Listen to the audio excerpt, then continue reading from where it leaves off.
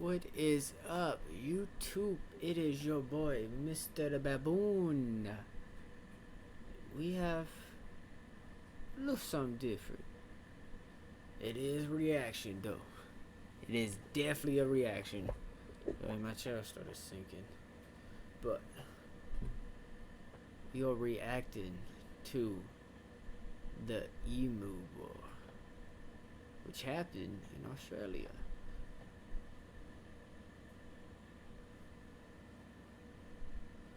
So we're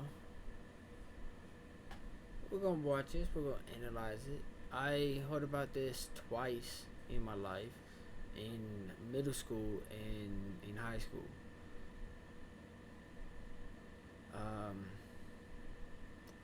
Let's see. So I'm excited to watch this, refresh my memory on it and stuff like that. Plus, there's probably gonna be some stuff I haven't even heard of or anything like that. Look at that cool, bro. Always. So I think without that, we're just gonna get right into it, okay, guys? Let's go. This is Australia. For the man who imagines being strangled by a tarantula while a kangaroo breaks his kneecaps and thinks, yes please.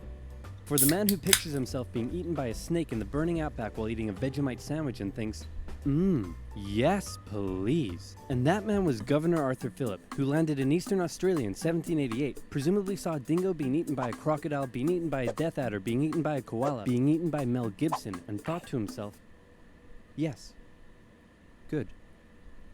Now I know what you're thinking, but oversimplified, the British didn't discover Australia, the Vikings did. And you'd be wrong. I'm not sure why you'd think that.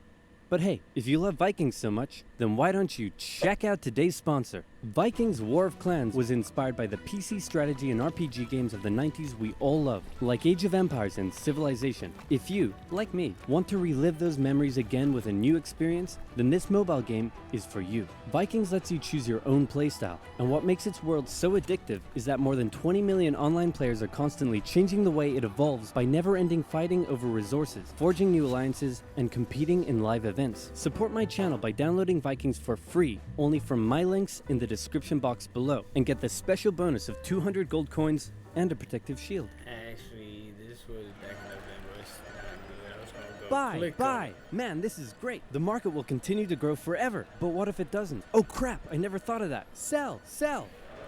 And the stock market crashed, which led to economic downturn, which meant banks wouldn't lend anyone any money, which led to more economic downturn, which meant everyone stopped buying stuff, which led to more economic downturn. And hey, what if all the crops in the Great Plains were destroyed in a drought and then a big dust storm engulfed the area? That's right, more economic downturn. And in an effort to combat the crisis, America began imposing tariffs on foreign imports, which made the economic downturn go global, and the earth got really depressed. But one nation that was hit harder than most by the whole affair, Australia. The problem for Australia was that it relied heavily on its export industries, and in the current economic climate, no one was buying. To make things worse, Australia had introduced its own currency and pegged it onto the gold standard via the British pound, but then the UK started messing with its own peg on the gold standard, and if this is starting to sound confusing, then let me oversimplify it for you. Hey UK, looks like my car is broken down. Want to give me a tow? No problem, friend, I got you.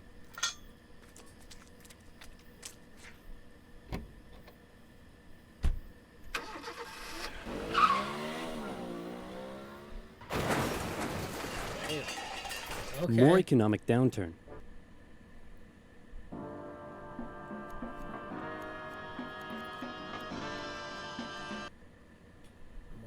The point I'm trying to make is things weren't good, and in particular, it was Australia's farmers that were suffering most. After the First World War, Australia had given returning veterans land for farming, but with the current economic crisis, the farmers just weren't making enough money, and many left to go find work in the cities. But for those who remained, things were about to get even worse.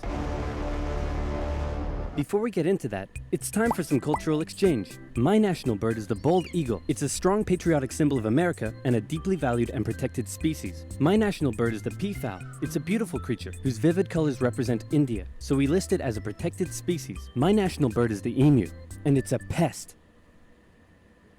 Also bloody delicious. Emus, 6 feet tall, 90 to 120 pounds, and able to run at speeds up to 40 miles per hour, usually return to the coast after their breeding season. But suddenly they found Western Australia full of lush, wet farmland.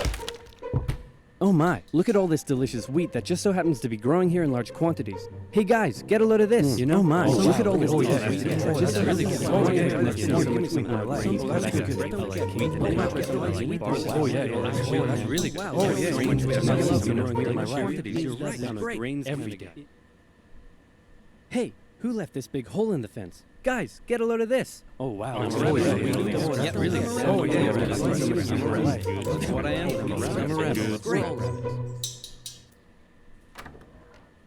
What a lovely morning for some farming. What?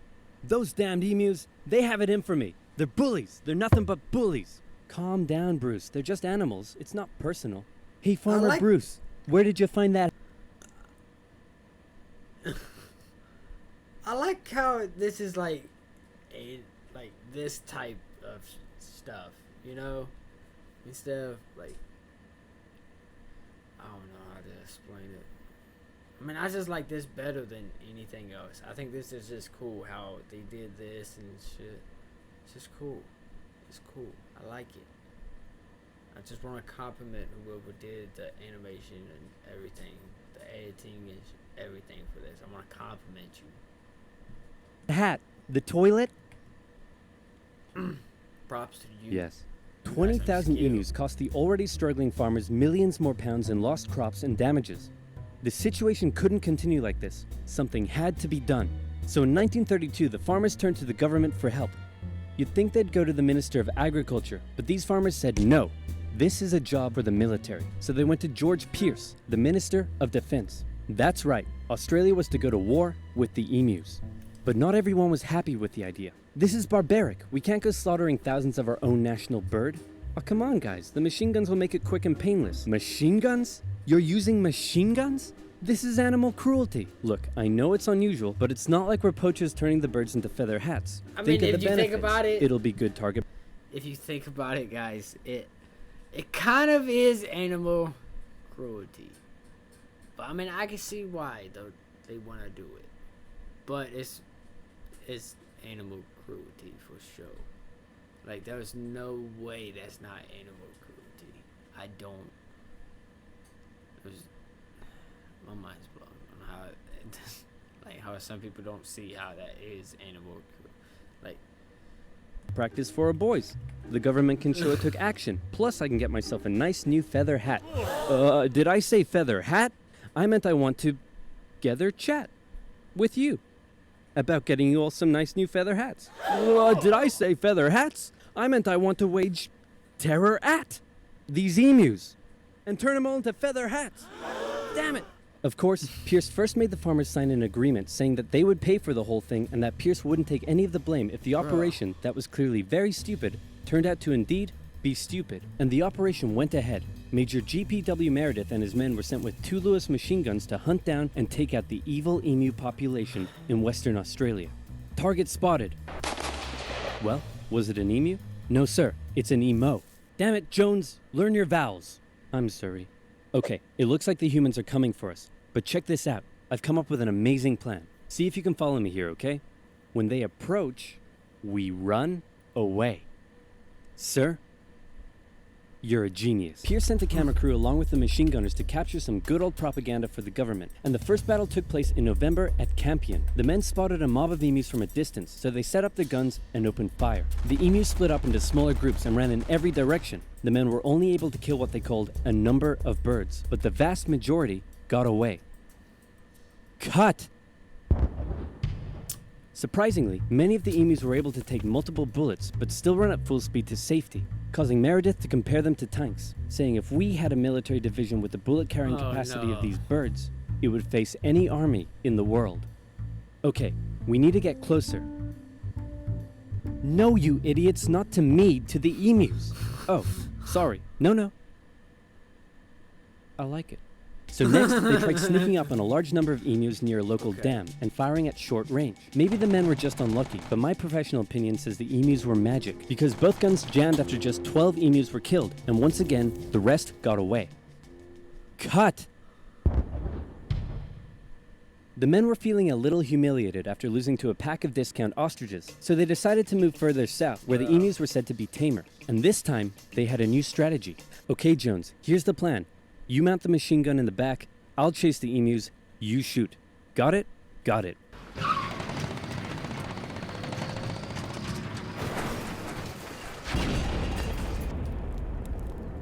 I'm gonna shove that camera up your... The operation was a fiasco, and the press had a field day. In Parliament, Pierce was lambasted, and an opposition party member suggested that medals should be handed out to the emus, who had won every round so far. Pierce, feeling quite humiliated, called the operation off, but 4 days later the farmers approached again and said, "Hey man, the emus are still eating all our crops. Can you send the army back out here?" And Pierce was like, "Yeah, okay." So the operation was back on for round 2. And this time Meredith and his men had learned the emus' guerrilla tactics and were much more successful, with reports suggesting the men were cutting down 300 emus every week. I hope you boys are getting great footage of this. What on earth are you filming? Despite the success, the media had lost interest in the whole thing. But with 1,000 emus killed, Pierce finally ended the operation and returned to Parliament declaring victory for the humans. So there were 20,000 emus out there destroying crops, and you've killed 1,000.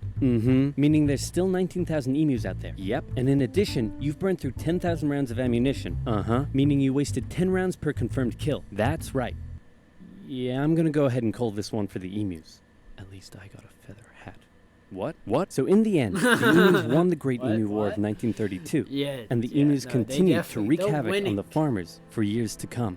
The government introduced a bounty system, which saw some success. But for a moment, let's take some time to remember the brave men who said goodbye to their families and risked their lives to take on the great, evil emu population in Western Australia.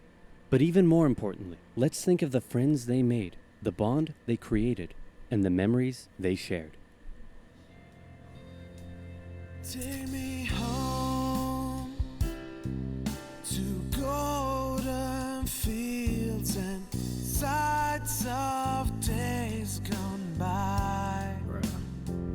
It's where the heart lies with stories on. Hey, guys? I solved the emu crisis. Really? How? I just made some better fences. A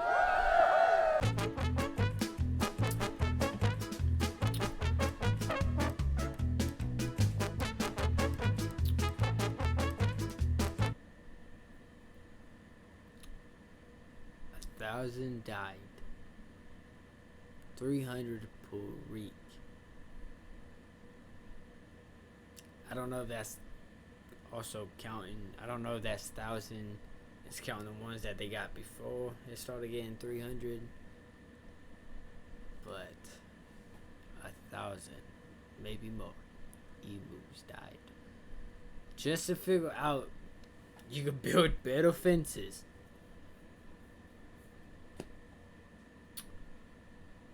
Okay, make sure you guys like, comment, subscribe. Down in the link below, you guys can find the original video if you guys want to watch it for yourselves. Make sure you guys subscribe, ring the bell, like the video, comment down below, share it with a friend, someone who you think will enjoy. I'll see you guys in the next one, okay? Stay safe. Positivity is key. Motivation is always key. Number one important thing, just be happy. That's all you gotta do. Number one successful way to winning in life is just be happy. Cause you alive.